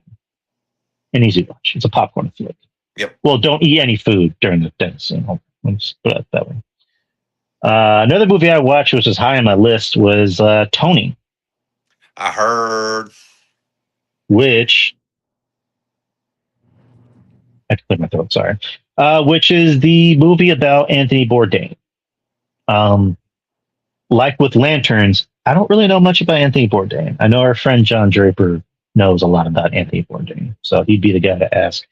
But this isn't your typical biopic. I think this is the best way to do a biopic because I think when you find a certain part in a person's life and focus on that, that's more interesting than like beginning, middle, and end. And usually biopics can be hit or miss. I think one of the biggest reasons, other than what I just mentioned, is that there's a lot of fluff. It feels too safe. I know people love the Michael Jackson film, and I don't blame them. It made $1 billion, and there's going to be a sequel, but like that was a very safe film. That was like Michael is perfect in every way. He never does anything wrong. He does this. He's Superman. He moonwalks. He's perfect in every way. And with this one, the movie literally begins with a quote from Anthony Bourdain saying, "I deserve to get my ass kicked. I was a fucking asshole back in the day." This is a quote from Anthony Bourdain saying that. So this movie wasn't safe. This movie really portrayed Anthony Bourdain as an arrogant fucking prick. Right. And Dominic Sessa, who was in The Holdovers, yes. It's funny, I compared those movies together where I'm like, Dominic Sessa plays a guy who's taking a break from school while he's being watched by an older man. And this movie isn't any different. And I thought he was great in The Holdovers. Holdovers, surprisingly, the year it came out was one of my favorite movies of the year. It was in my top 10. I think it was in my top 5, actually. And he was great in that. And that was actually his first movie. His first ever movie, anything. And he was in the Now You See Me movie, which didn't watch it. He was a star of this movie as Anthony Bourdain, and he's great in this movie. What else can I say? He is just from top to bottom, like this kid has a future. Yeah. He's one of those actors where I'm like, if I see him in anything, I gotta watch. I didn't see the Now You See Me movie, but then again, nobody did. But if I see him in more movies like this, I need to see him. And he's the star of the movie, and he's great. He really, again, they're not afraid to really show him the way he was kind of meant to be, Anthony Bourdain, which is like, at one time I was a prick to be around. I was a dick to everybody. I was a dick to my friends. I was kind of a liar. Well, he was like, in the movie, he's going up for this fellowship in college. He doesn't get it, but then he lies about getting it. His parents, he has the dad who's like, supporting him in every way. He's like, "Hey, son, I'm proud of you. Let me give you a hug." Whereas his mom, I believe his mom was a teacher. So she's basically the hard ass in the film, where she's right. Like, okay. And then he had a brother too. And so he ends up going to Cape Cod to basically follow this girl who I believe her name is Emily Jones, who, again, another actress who I think is great. She was in Task, the series Task. Yeah. And she was in this, and she played the love interest, which I don't know if that's who he ended up marrying in real life. But he follows her, but then he lies saying like, "Hey, I'm here to write a book because I just got that fellowship. And, I came here, to meet up with some people to do a book. Can you help me write my book?" But again, in the beginning, he's a piece of shit because he ends up losing all of his money. He gets drunk at a bar and they throw him out. And one of the waiters, they punch him right in the face and he gets a black eye. He ends up working for that same restaurant because he wakes up in a random hammock at some dude's house and he's like, "What the fuck?" That ends up being Antonio Banderas, who plays the chef that kind of takes him under his wing. And I talked about Sessa being great. Antonio Banderas basically is the stand-up of this movie. And that shouldn't be a surprise because he's fucking Antonio Banderas. Like, he makes everything interesting. I mentioned with last week, I was talking about Rivals of Amaziah King, where like the whole where like they took the idea of bees and made that the poignant message of the movie. Whereas in this one, the poignant message of food is that it brings everyone together. It brings the community together. And I can again, I'm listening to Antonio Banderas talk about food. I'm like, tell me more, Antonio. And it was making me hungry too. And also the way the movie's shot. The movie is so beautifully shot. They actually shoot at Cape Cod. Oh, nice. Like it's not like we're gonna shoot in a fucking New Zealand and make it look like Cape Cod. It's like no, they actually shot at Cape Cod. The director, set up shop at Cape Cod, and it's just I'm just watching like these random scenes of them at the beach. Just a simple shot of like the outside of someone's porch and it's nighttime and they're at a beach. I'm like, ah. Like I just want to take that. I just want to frame that shot and put it like on my wall and just stare at it and be like, I'm at a beach. I don't have to worry about anything else. I'm at peace. And again, the movie's just very, I don't want to say simple, but it has a goal and it gets to it. Good. And at the end of the day, it's like the only really pure character is, Antonio Banderas, because it's like he works in this kitchen with a bunch of just shady people where all of them like literally will show up to work drunk. They'll like there's like a scene where they're doing cocaine while they're supposed to be cooking. And Antonio Banderas is just like, whatever. But the second they take God's name in vain, he's like, no, don't do that. He's like, what? What are you talking about? Don't say that. Like every morning he always like splashes water on Tony's face to wake him up. And one day he's like, we're going to church. I don't go to church. I don't believe in God. You don't believe in God. You believe in the sky, don't you? Come with me. You're going to church. So just the camaraderie between all the actors in the film, I just thought worked. And it was just a beautifully made film. It was a great film. Does have a little bit of drag, maybe for like 5 minutes, but it's expected in an A24 film that's essentially a period piece, right? And about human beings. Like this isn't like the A24 film you mentioned where it's just like supernatural freaky shit. Like this is just like actual people talking, and a lot of the film is like setting up the person Tony to be who he is meant to be. Right. Throughout the whole movie, he likes to be called Tony. Like when people call him Anthony, he's like, "Don't call me Anthony. Only my mom calls me Anthony. My friends call me Tony." And then towards the end of the movie, there's this nice scene with him and Antonio Banderas, where he's like, "Anthony's a better name. Sounds more manly."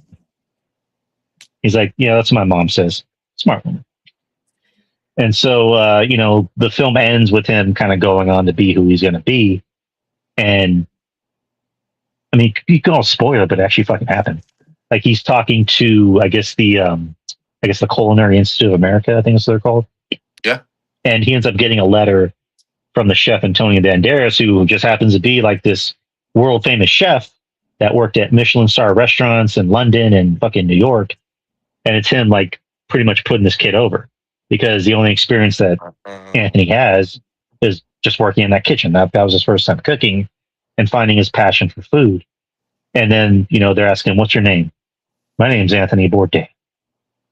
And then it cuts the credits and just showing all of Anthony's life. And that's cool. Like, again, I didn't know much about Anthony Bourdain. I just kind of knew what I knew. I know he had that show, I think it was on like Destination America. Yep. And I would just see that pop on, but that's pretty much the extent of what I know about Anthony Bourdain. So now this makes me want to learn more about him. He always came across as just a dude. Like he didn't seem snobby or stuck up. Like he lived a life. Like he lived a life that I think a lot of people would want to live. But he just came across as a dude. Yeah, it's so funny because it's a movie that I wanted to see. Unfortunately, it wasn't playing around here. But it's so funny. Like, so I have a Samsung TV, and so Samsung has their own channels. If you're connected to Wi-Fi, like they have their own channels that they play periodically throughout the day, 24/7. And funny thing is they had an Anthony Bourdain show on, and he was in fucking Kansas City, which is fucking 50 minutes away from me. And he's sitting there eating at a burger joint at 1 o'clock in the morning, going like, this is what the Midwest is. He's talking about like homegrown burgers and onion rings and fries, and I was like, holy shit! I was like, this guy was, just down the road from where I'm. And of course, this is probably like 10, 15 years ago, maybe 20. But I'm just like, oh, that's some cool shit. And he's sitting there in like Kansas City, which is like big area from where I'm from, and he's just talking about eating burgers at 1 o'clock in the morning, and just how that's a thing you do after you go to the bars, or you go to a music concert. You get a burger, you go get a milkshake, to wing off the buzz that you have after all night drinking. So I was like, oh man, that's kind of cool. I mean, that's the life, man. I mean, again, what I just said, the guy just seemed like a dude because he could go to like a 5-star restaurant and try their cuisine. And like you said, he just goes to a burger joint, just has a burger at fucking 2 a.m. Yep. That's the life he lives. Like, he's like, my bar isn't very high. Like, I can be 5-star, and I can also be just like, I just want a burger. Like, just give me a burger. So again, just the guy I came across is always very interesting, and it sucks, because he is no longer here. The circumstances as to what happened is still a mystery to this day. Yeah, that's one thing. I didn't know if they were going to touch on that in the movie, or if they were just going to focus on his younger. Right. They only focused on a summer, just that summer, literally that summer. Right. And that's where he found his passion for food, because he was like, I want to be a writer, but then he ended up, going to the kitchen and finding his passion. And then eventually he wrote like, I think like 3 books, and then he had like 2 reality shows. I think, I know he had the one, I think he had another one. Right. And, the dude lived a life. If we're talking about the most interesting man in the world, that's that dude. Yep, exactly. So, Tony, go see Tony. Not Anthony. He's not Anthony yet. But go see Tony. It's worth watching. It's in my top 10. Nice. So, speaking of top 10, we're gonna end this out like we usually do with box office. Box office from the most recent week. Like I said, top 10. Number 10, Teenage Sex and Death at Camp Miasmo, which I want to watch. I heard great things from it. It's with Gillian Anderson. Yeah, buddy. Weekend gross 1.94 mil. It had a huge surge, 113%. So some people went to go see this. Domestic being 3.68, international 0.80, worldwide 4.48 million on a $10 million budget. So not bad. That's fine. This is its 3rd week, I believe. Number 9, The Fast and the Furious re-release for the 25-year anniversary. Weekend gross 3.10 million. Domestic being 148.25 mil. International 59 million. Worldwide, that's to add to the already established budget, 207.25 million on a $38 million budget. Family. Everybody showed up for family. So good for them. Yeah. Number 8, your favorite movie, Spa Weekend. I didn't even know this. To be honest, I didn't know this movie existed until I saw a poster for it. I'm like, what? 3.11 million for weekend gross. International being 1.80, worldwide 4.91 million. The budget being $20 million. Wait. Oh shit! Is that the one with Anne Ferris? I think so. Sorry, I just saw a TikTok with like her and the other 2 ladies like doing yoga stuff in bikinis. So that's what I was like, oh, okay. All right. What else? Yeah. Sure.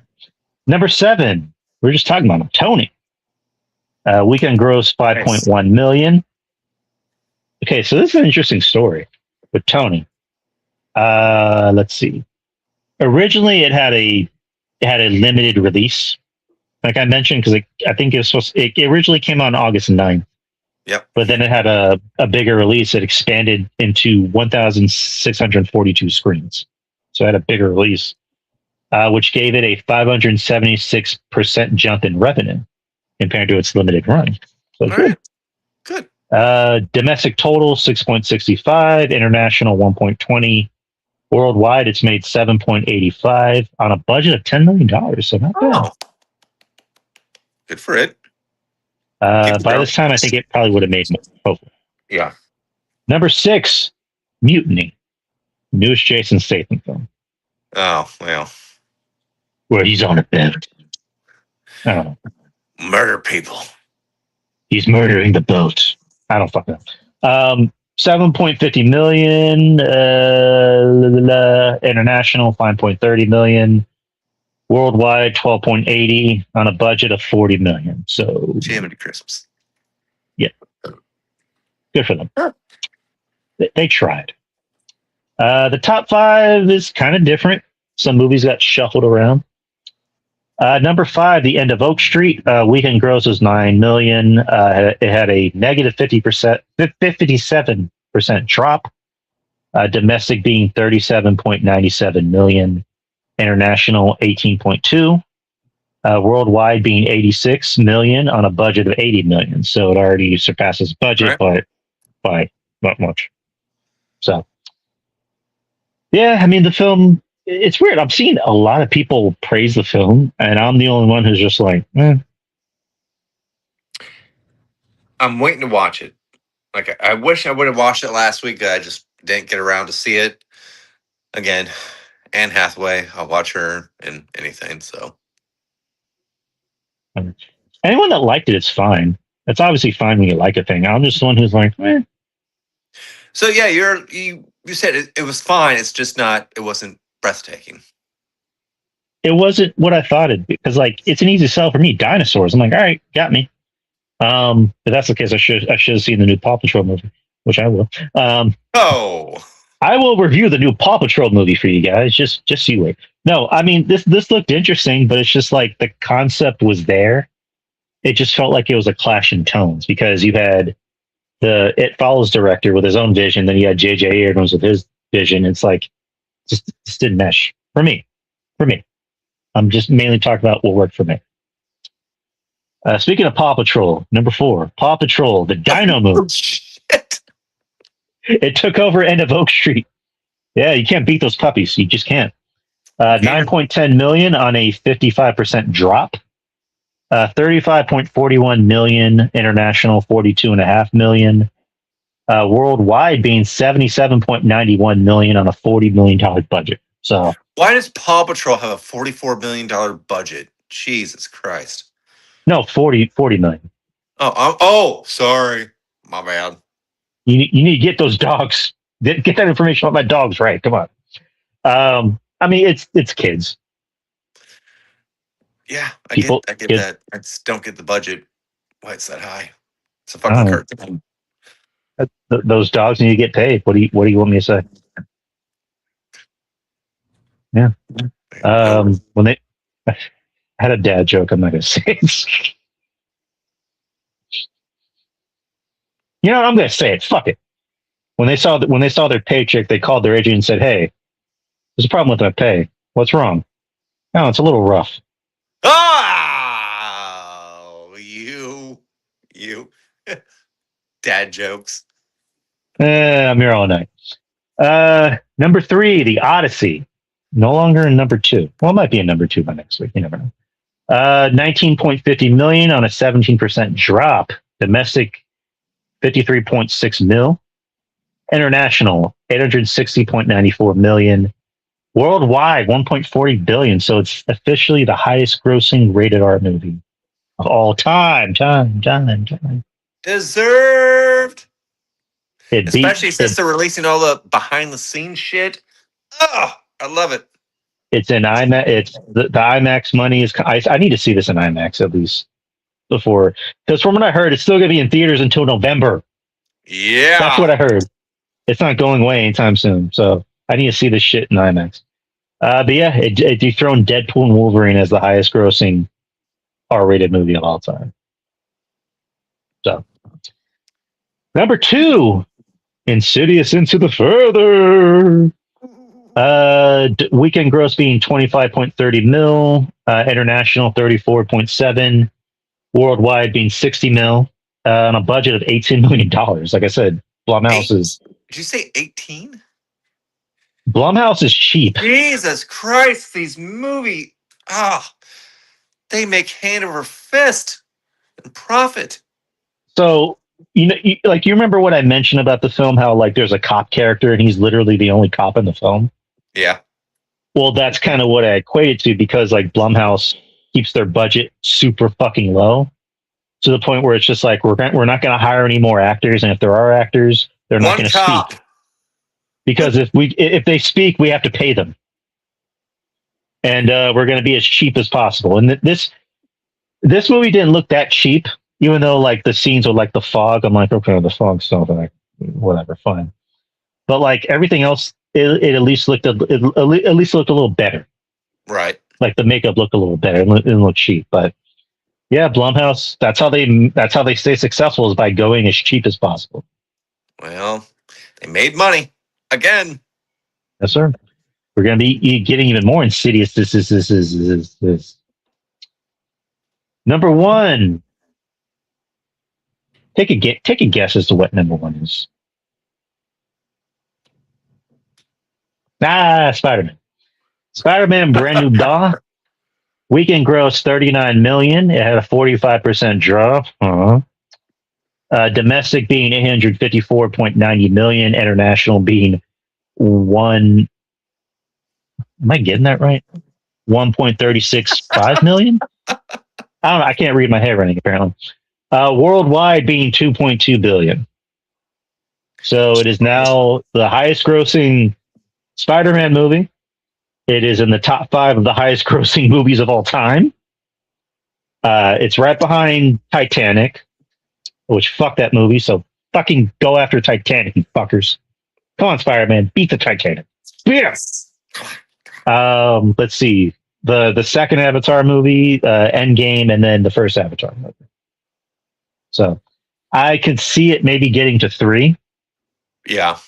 And maybe overtaking Endgame, which Endgame is re-releasing, so I don't know if that's the case. Yeah. Endgame's like, the only way we can beat our own property is by having another property of ours beat our own property. Right. And then with 10 additional minutes. It's doing the Vince McMahon thing with the NWO. I have to kill what I created. With the NWO. But yes. So top box office insights and trivia. Some fun facts. Sony Pictures locked up both the number 1 and number 2 spots with Spider-Man Brand New Day and Insidious. So I thought that was pretty interesting. Claiming over 50% of the top 10's combined domestic revenue. What else is Sony? Yeah. Spidey beats Star Wars and Avengers, adding 109 million globally. This frame pushed Brand New Day to 2.2 billion worldwide, moving past both Star Wars: The Force Awakens and Infinity War, and has become the 5th highest grossing movie of all time. So deserved. Nolan's personal best, the Odyssey crossed 539 million. Domestically, officially pushing past The Dark Knight to become Christopher Nolan's highest grossing domestic release of his career. I keep seeing people saying, and I think this is just, I consider it baloney, just because I know he said he's going to take a 3-year break. But they're saying Nolan's next movie is going to be a horror movie. I hope so. I would love it. I don't. I love your idea. If Nolan did Dante's Inferno, take my fucking money.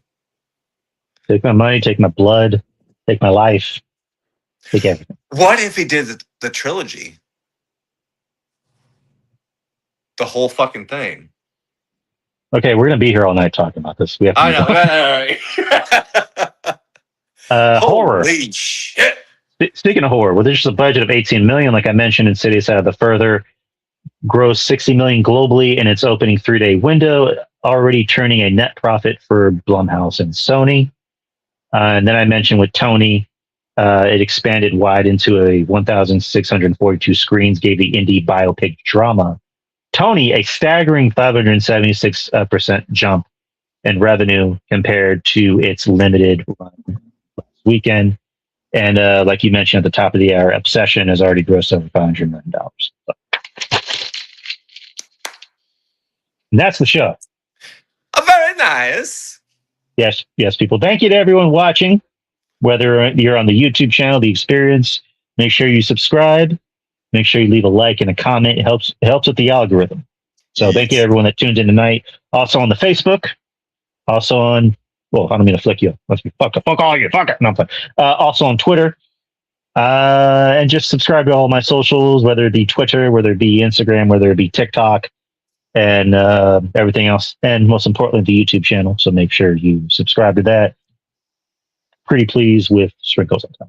Yes. And we will be back next week, same time, same channel, on Mondays at 6 p.m. You can also watch The Experience on Wednesdays at 8 p.m. Central Time with me and Justin from Spy Master Tees. We didn't do one last week because Justin was feeling under the weather, so I just decided to take the week off. And we'll have some things to talk about this Wednesday. So, and that's really enough about me. So, Joe, take us home. You can find me on OnlyFans. Kidding. Nobody wants to see that. You can find me on Twitter and TikTok at Moose Breath. I always talk about movies and stuff and things and bullshit. But yeah, give all the likes and subscribes to Drew. He puts in all the hard work. I'm here to look pretty. That's what I'm here for.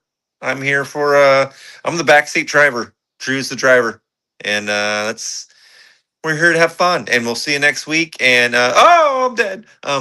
Anywho, yeah, great show, guys. Again, leave your comments. Anything you want us to talk about, please let us know.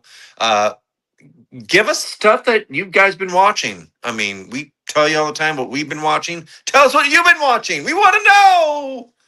And then hit that like, subscribe. And unfortunately, I will not be watching Paw Patrol, the Dino movie. So sorry, people. I was just joking. Damn. I'll watch it if you pay me. Like, there we go. There we go. Cash at me if you want me to watch. But Paw Patrol or whatever weird movie. Love you guys. Thanks for tuning in. And thank you, Drew. Great show. As always, we'll see you next Monday. Peace out.